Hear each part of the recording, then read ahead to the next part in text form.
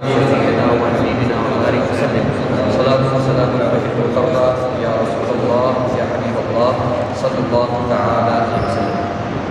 اللہ کے فضل و کرم سے ہم لوگوں نے آج پورے 21 پارے پورے کر لیے۔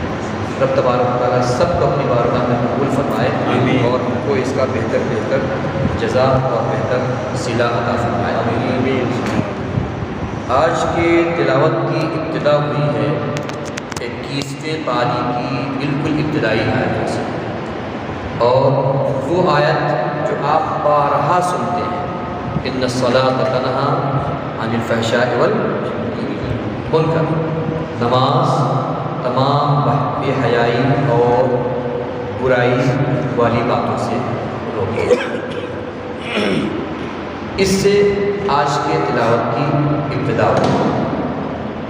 ذرا توجہ دیں تو آپ کو سمجھ میں آئے گا کہ نماز آخر کیسے بے حیائی اور برائی سے روکتی ہے۔ زیادہ ڈیٹیل میں نہ جا کے صرف یہ کہہ لیجئے کہ اللہ کے محبوب نے ارشاد فرمایا جب نماز پڑھو تو یہ تصور کرو کہ اللہ رب العزت کو تم دیکھ رہے ہو، اور اگر یہ تصور نہ ہو پائے تو ایٹ لیسٹ اتنا تو ضرور کرو کہ اللہ تمہیں دیکھ رہا ہے۔ ظاہر سی بات ہے جب یہ تصور ہو جائے گا 5 وقت دن میں کہ اللہ دیکھ رہا ہے، اللہ دیکھ رہا ہے، تو پھر کوئی بھی برائی کرنے کے وقت میں جب 5 بار آدمی اللہ کی بارگاہ میں جھک کر یہ تصور اور یہ خیال رکھے گا، یہ امیجنیشن رکھے گا، تو کوئی بھی برائی کرنے کے وقت بہرحال اس کے ذہن میں آئے گا اللہ دیکھ رہا ہے۔ اور جب یہ خیال آ جائے گا اللہ دیکھ رہا ہے تو پھر ایسی صورت میں ایسی صورت میں انسان برائی سے رک جائے گا۔ گویا نماز ہی دراصل وجہ بن گئی برائی سے رک جانے کی، ہے کہ نہیں؟ تو اس طرح سے بزرگان دین نے بتایا کہ کس طرح سے آدمی نماز کے ذریعے سے برائی سے رک جاتا ہے۔ آگے چل کے ہم لوگوں نے سورہ روم کی تلاوت کی، بارہا آپ نے دیکھا ہوگا الف لام میم الف لام میم الف لام میم۔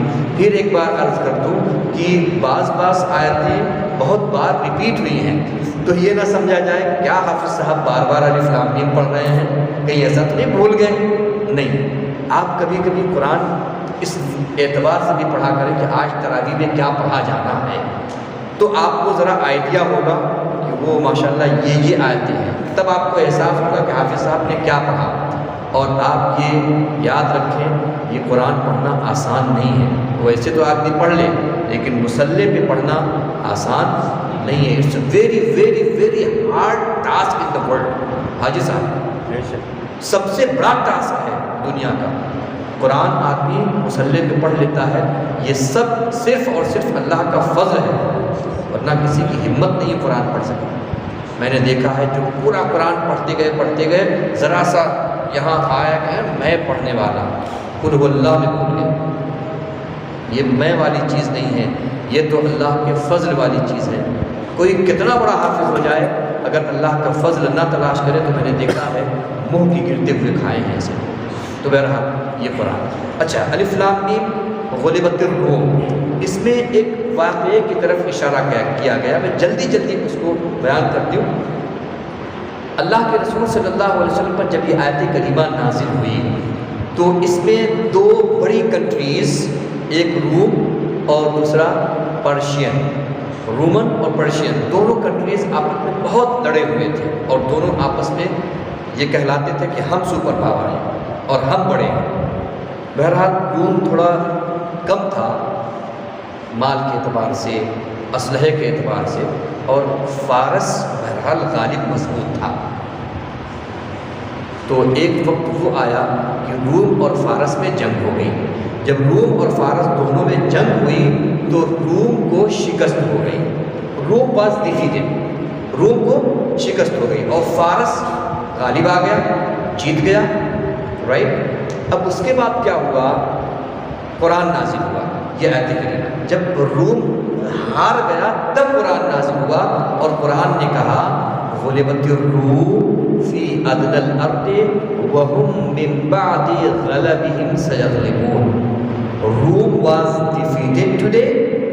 In around 9 years, within 9 years, Rome will defeat Faras. Around 9 years, 9 سال کے اندر یہ جو بدع ہے قرآن میں، بدع سنین یعنی چند سال، اور یہ بدع جو ہے 3 5 7 9 کو بولتے ہیں، کسی ایک پر اس کا اطلاق ہوتا ہے، بولا جاتا ہے۔ قرآن نے کہا کہ آج روم ہارا ہے نا، 9 سال کے اندر فارس کو پٹک دے گا، فارس کے اوپر اس کی فتح ہوگی۔ ظاہر سی بات ہے، آپ سوچیں اس زمانے میں اگر کوئی کہے کہ 9 سال کے اندر انڈیا سپر پاور ہو کر اور دوسرے کسی ملک پر، خاص طور سے ایسا نہیں لیکن ایک ایگزامپل کے طور پر میں کہہ رہا ہوں، امریکہ کو پیچھے چھوڑ دے گا، عقل میں بات آنے والی ہے؟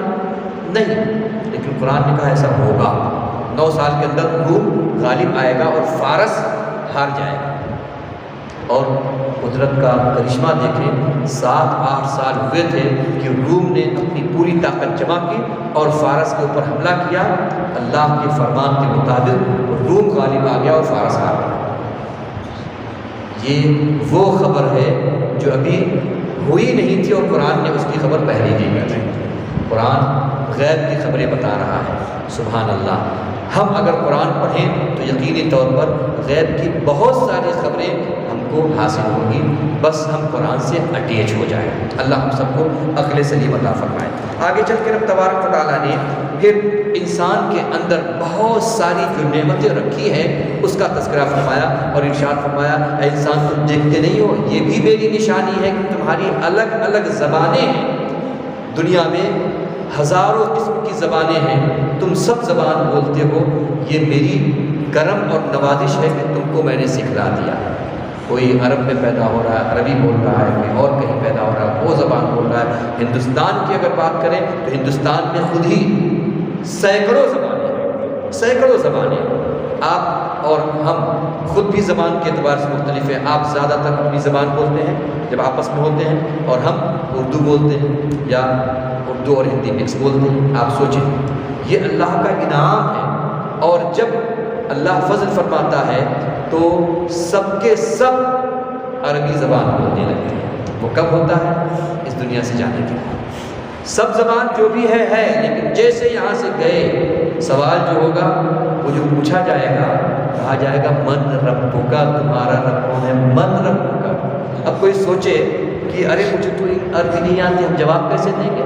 نہیں، اللہ رب العزت سب کی زبان عربی کر دے گا، اور جو نیک ہوگا، اللہ والا ہوگا، وہ بہرحال سب عربی میں بولیں گے، لیکن جواب وہ عربی میں دے دے گا، ربی اللہ۔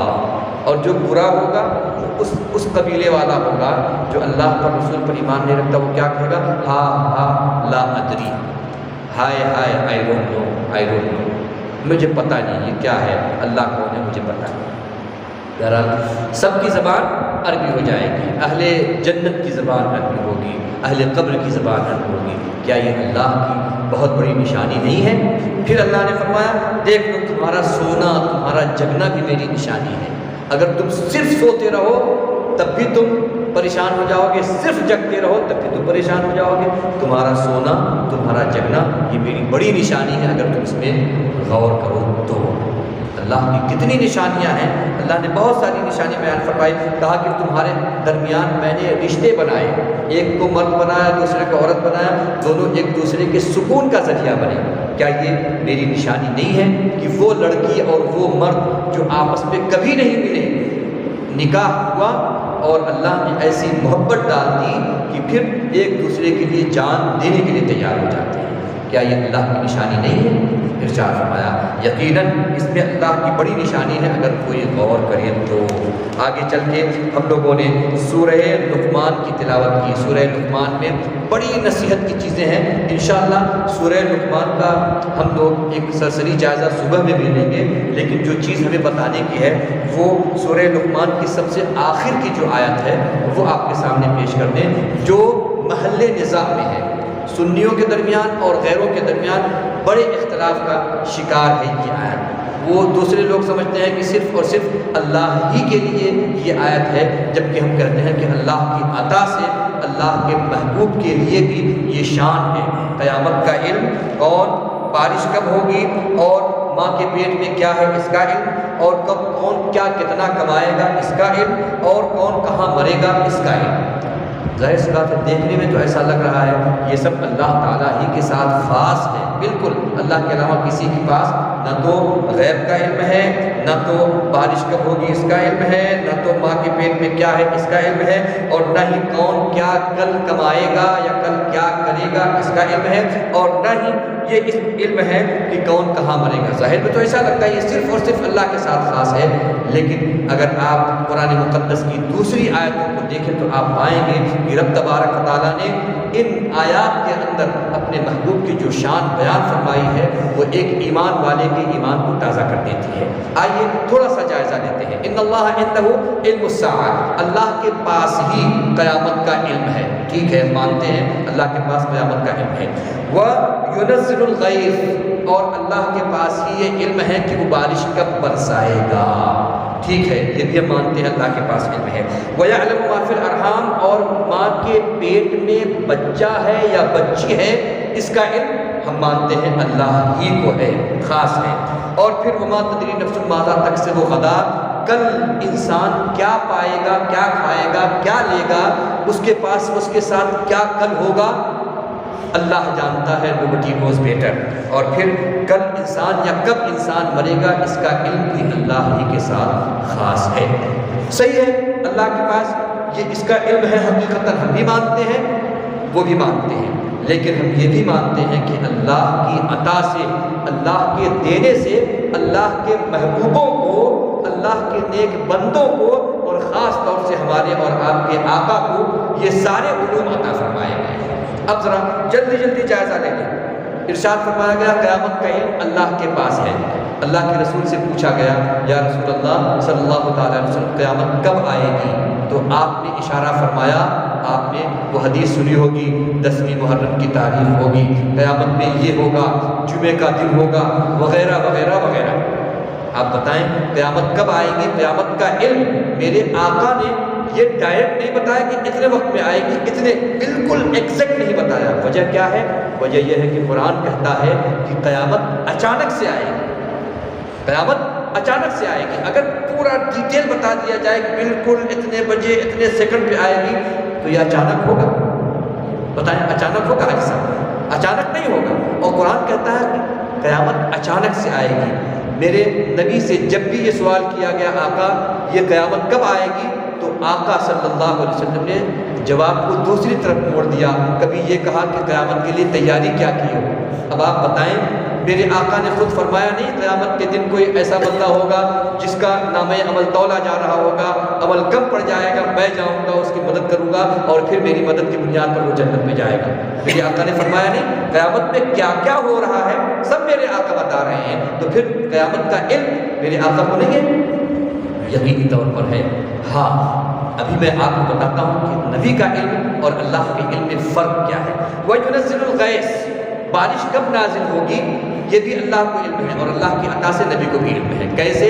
ایک صحابی تھے، نبی صلی اللہ علیہ وسلم ممبر پہ خطبہ دے رہے تھے جمعے کے دن، صحابی وہاں سے مسجد کے اندر آئے اور عرض کیا حضور ہم تو ہلاک ہو گئے، برباد ہو گئے۔ کہا یا رسول اللہ ہم برباد ہو گئے۔ آپ نے فرمایا کیا ہوا؟ کہا بارش نہیں ہو رہی ہے، مویشی مرے جا رہے ہیں، جانور پریشان ہیں، لوگ حیران ہیں، یا رسول اللہ کچھ تو کیجئے۔ اللہ اکبر، میرے آقا صلی اللہ علیہ وسلم کی یہ حدیث ہے، اور حدیث کی بہت ساری کتابوں میں یہ حدیث مذکور ہے۔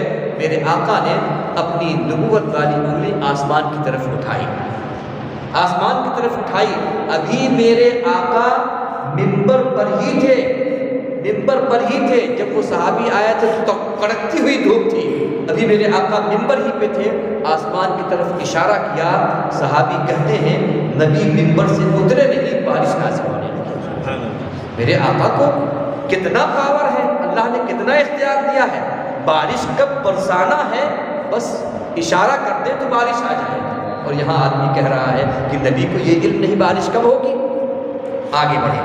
وَيَعْلَمُ مَا فِي الْأَرْحَامِ، اور اللہ ہی کو پتا ہے کہ ماں کے پیٹ میں بچہ ہے یا بچی ہے، اللہ ہی کو پتا ہے، لیکن اللہ کی عطا سے اللہ کے نیک بندوں کو بھی پتا ہے۔ میرے رسول کو تو چھوڑ دیجئے، میرے غوث کو پتہ ہے کہ کس کے پیٹ میں کون سا بچہ بن رہا ہے۔ اللہ اکبر۔ اچھا ایک بات بتاؤ، وہ حدیث آپ نے سنی ہوگی، میرے آقا نے ارشاد فرمایا جب کوئی بھی ماں بننے کے قریب ہوتی ہے، کوئی بھی عورت ماں بننے کے قریب ہوتی ہے اور 4 مہینے اس کے حمل پر پریگننسی پہ گزر گئے ہوتے ہیں، تو ایک فرشتہ آتا ہے اور وہ کہتا ہے اے اللہ اس کا نصیب کیسا لکھوں، ابھی پیٹ میں ہے، اور اللہ رب العزت وہ فرشتہ کہتا ہے اللہ رب العزت سے اے اللہ اس کا نصیب کیسا لکھوں، اے اللہ اس کا رزق کتنا لکھوں، اے اللہ لڑکا لکھوں کہ لڑکی لکھوں۔ آپ بتاؤ اس فرشتے کو پیدائش سے پہلے علم ہو گیا کہ نہیں کہ لڑکی ہے یا لڑکا ہے؟ اور قرآن کہتا ہے کہ صرف اللہ ہی کو اس کا علم ہے کہ ماں کے پیٹ میں کیا ہے۔ اس کا مطلب یہ نکلا کہ قرآن جو کہہ رہا ہے اس کا مقصد کچھ اور ہے، سمجھنے کی دیر ہے، اور ابھی میں بتا رہا ہوں مقصد کیا ہے۔ اور میرے آقا نے بھی بہت دفعہ اشارہ فرما دیا کہ تمہارے یہاں لڑکا پیدا ہوگا، تمہارے یہاں لڑکی پیدا ہوگی، اشارہ میں، اور ایسا ہی ہوا جیسا آپ نے فرمایا۔ بلکہ میرے آقا تو بہت دور بہت بڑی عظیم چیز ہو گئی، بزرگان دین فرما دیا کرتے تھے کہ جاؤ تمہارے گھر میں لڑکا پیدا ہوگا، جاؤ تمہارے گھر میں لڑکی پیدا ہوگا۔ اللہ کا فضل ہے، کسی کو میں نے بھی کہہ دیا کچھ چند بچیاں ہونے کے بعد بندہ پریشان تھا، کہنے لگا حضرت ایسا ہے، میں نے کہا جاؤ اللہ کے فضل و کرم سے تمہارے یہاں لڑکا پیدا ہو۔ میں ایسا نہیں کہ میں کوئی بہت بڑا ولی اور بہت پیر ہوں، لیکن اللہ کی ذات پر لو لگا کے آدمی اگر کہہ دیتا ہے تو اللہ کریم ہے اور بندوں کی لاج رکھ لیتا ہے۔ میں نے کہہ دیا، اللہ نے بیٹا دے دیا۔ جب مجھ جیسے حقیر گنہگار کو اللہ رب العزت یہ دے رہا ہے کہ ٹھیک ہے تم نے کہہ دیا، حالانکہ اس میں کوئی میرے لیے شرف کی میں کوئی وہ نہیں ہوں کہ میں نے کہہ دیا تو ہو گیا، وہ کرم ہے اس مولا کا کہ میری زبان کی اور میرے کہنے کی لاج رکھی۔ جب میرا یہ عالم ہے تو پھر اولیاء کرام اور پھر میرے آقا کے کیا عالم ہوتا ہے۔ اچھا وما تدری نفس ماذا تکسب غدا، کل کون کیا پائے گا، کیا کھائے گا، کیا کرے گا، سب اللہ کو علم ہے، اور پھر اللہ کی عطا سے میرے آقا کو بھی اس کا علم ہے۔ اور میرے آقا نے بہت دفعہ ایسا ہوا کہ میرے آقا نے بتایا کہ تم کل ایسا کرو گے۔ جنگ موتا کے موقع پہ میرے آقا نے فرمایا اب دور جنگ ہو رہی ہے، بہت دور، اور میرے آقا فرماتے ہیں کہ اگر فلاں شہید ہو جائے تو جھنڈا فلاں صحابی لے لیں گے، اگر فلاں شہید ہو جائے تو فلاں صحابی لے لیں گے، فلاں شہید ہو جائے تو فلاں صحابی جھنڈا اسلام کا لے لیں گے۔ میرے آقا نے جتنے لوگوں کو جو کہا وہ ہوتا گیا، اور آخر میں میرے آقا نے فرمایا آخر میں یہ جھنڈا حضرت خالد بن ولید لیں گے۔ آگے کچھ نہیں فرمایا کہ ان کے بعد کون لے گا، اور دنیا نے دیکھا جیسا میرے آقا نے فرمایا ویسا ہی ہوا۔ کہاں ہیں وہ لوگ جو کہتے ہیں کہ یہ آیت صرف اور صرف اللہ کی شان میں ہے، میرے محبوب کی بڑی عظیم شان اس میں بیان کی گئی ہے۔ اور آخر میں 5ویں چیز ہے وما تدری نفس بأی ارض تموت، کون کہاں مرے گا، کس زمین پر مرے گا، کسی کو علم نہیں ہے، اس کا خاص علم اللہ ہی کو ہے۔ مجھے کہہ لینے دیں اللہ کی عطا سے یہ علم بھی میرے آقا کو آتا ہے، میرے آقا کو پتہ ہے کہ کون کہاں مرے گا۔ کیا آپ نے دیکھا نہیں جنگ بدر کے موقع پہ میرے آقا نے اشارہ فرما دیا اے عمر یہ ڈنڈا ہے، اے عمر دیکھو یہ نشان ہے، جہاں میرے آقا نے نشان لگا دیا قسم خدا کی جس کے لیے نشان لگایا، جہاں نشان لگایا میرے رب نے اس بات کو مکمل طور پر پورا کر دیا، اور ایک ذرہ برابر 1 انچ بھی نہ تو انسان آگے بڑھا نہ پیچھے بڑھا، بلکہ جہاں میرے آقا نے نشان لگایا وہیں پر اس کا انتقال ہوا، وہیں پر وہ مرا۔ اب بتاؤ یہ ساری 5 باتیں، یہ ساری باتیں اللہ تعالیٰ حقیقی طور پر جانتا ہے، بلا شبہ اس میں کوئی شبہ نہیں، لیکن مجھے کہہ لینے دیں اللہ کی عطا سے، اللہ کے علم دینے سے اللہ کے نیک بندے، بلکہ میں یہ کہوں کہ اللہ کے ولی، ہاں میں یہ کہوں گا کہ اللہ کے نبی، بلکہ یوں کہہ لیں سید الانبیاء سب سے زیادہ ان 5 علم کے بارے میں جانتے ہیں۔ اور اس کے بعد جو سورہ سجدہ ہے نا، سورہ سجدہ میں جو دوسرا پیج ہے اسی پہ رب تبارک و تعالیٰ نے فرمایا قل یتوفاکم ملک الموت، اے محبوب آپ فرمائیں، اے محبوب نبی آپ فرما دیں کہ ملک الموت تمہیں موت دیتا ہے۔ ملک الموت جو فرشتہ ہے وہ تمہیں موت دیتا ہے۔ اچھا یہ بتاؤ اس فرشتے کو پتہ ہے کہ نہیں کہ کس کی روح کہاں سے نکالنی ہے؟ کس کی روح کہاں سے نکالنی ہے اس فرشتے کو پتہ ہے کہ نہیں؟ اگر یہ کہا جائے کہ پتہ نہیں ہے تو اس کا مطلب یہ ہے کہ اللہ رب العزت نے فرمایا ہوا ہے کہ ہر ایک کی موت کا وقت بالکل ایگزیکٹ مقرر ہے اور فرشتے کو پتہ ہی نہیں ہے، تو اس کا مطلب یہ ہے کہ فرشتہ بھی بھول جاتا ہے، ادھر ادھر غلطی کر دیتا ہے، جبکہ قرآن کہتا ہے ملک الموت ہی تمہیں موت دیتا ہے اللہ کے حکم سے۔ گویا ملک الموت کو بھی پتہ ہے کہ کس کی روح کہاں سے نکالنا ہے۔ اب ظاہر سی بات ہے کس کی روح کہاں سے نکالنا ہے یعنی کون کہاں مرے گا، اس کا علم تو ملک الموت کو بھی ہے، اور جب ملک الموت کو اس کا علم ہوگا تو مجھے کہہ لینے دیں کیا یہ علم میرے آقا کو نہیں ہوگا؟ میرے آقا کو نہیں ہوگا؟ جب ہم قرآن کی یہ آیتیں پڑھتے ہیں تو ہمارا ایمان تازہ ہو جاتا ہے۔ ہاں یہاں پر ایک بات کہہ دینا ضروری ہے کہ یہ پانچوں علم جو ہے، جو کہ ہم نے 5 چیزوں کا تذکرہ کیا ہے، اللہ رب العزت کو ان ساری چیزوں کا علم حقیقت کے اعتبار سے ہے، کسی کے دینے سے نہیں ہے۔ اس کا علم ذاتی ہے، کسی کے عطا کرنے سے، کسی کے دینے سے نہیں ہے۔ اور نبی کو جو یہ سارا علم ہے اللہ کے بتانے سے، اللہ کے دینے سے ہے۔ اب ظاہر سی بات ہے ایک کا علم اپنا ہو، ذاتی ہو، اور دوسرے کا علم اپنا ہو، ذاتی نہ ہو، بلکہ کسی کے عطا سے ہو، کسی کے دینے سے ہو، تب تو زمین و آسمان کا فرق ہو گیا۔ اب کوئی کیسے کہہ سکتا ہے کہ پھر اللہ کا علم اور نبی کا علم برابر ہو گیا؟ نہیں، اللہ کا علم اور نبی کا علم برابر نہیں ہے، یہ سوچنے کا فیر ہے۔ اگر آدمی حقیقی طور پر قرآن کو اس انداز میں پڑھتا ہے جیسے ہمارے بزرگوں نے پڑھا ہے تو وہ کہیں گے کہ دینے والا اپنے محبوب کو دے رہا ہے اور لینے والا نبی اپنے رب سے لے رہا ہے، تو پھر ہم کون ہوتے ہیں جو یہ کہہ سکیں کہ نہیں اللہ کے رسول کو یہ علم نہیں ہے، اللہ کے رسول کو وہ علم نہیں ہے؟ قرآن کہتا ہے الرحمن علم القرآن خلق الانسان علمہ البیان۔ اللہ رب العزت اپنے محبوب کو اپنا شاگرد بنایا، اپنا اسٹوڈنٹ بنایا، اور اپنے سب سے عظیم اسٹوڈنٹ کو اللہ رب العزت نے سب علم عطا فرما دیا۔ جب قرآن نے فیصلہ کر دیا تو ہم پھر کیسے کہہ سکتے ہیں کہ نبی کو اس کا علم نہیں ہے، نبی کو اس کا علم نہیں ہے؟ رب تبارک تعالیٰ ہم کو اور آپ کو سب کو قرآن مقدس کی ان تعلیمات پر عمل کرنے کی توفیق عطا فرمائے۔ کہنے سننے میں کوئی خطا لفظ خامی ہوئی ہو تو رب تبارک تعالیٰ معاف فرمائے اور ہم سبوں کو عمل خیر کی توفیق عطا فرمائے، ہمارے عقیدے کو راسخ بنائے، مضبوط بنائے، ہماری آنے والی نسلوں کو سرکار کے طریقے پر چلنے اور بزرگان دین کے طریقے پر چل کر اہل سنت پر قائم و دائم فرمائے۔ ان اللہ و ملائکتہ یصلون علی النبی یا ایھا الذین آمنوا صلوا علیہ وسلموا تسلیما۔ اللهم صل على سيدنا وشفيعنا وحبيبنا وبارك وسلم صلاة وسلام عليك يا رسول الله صلى الله تعالى عليه وسلم۔ سبحان ربك رب العزة عما يصفون وسلام على المرسلين والحمد لله رب العالمين۔ لا إله إلا الله محمد رسول الله۔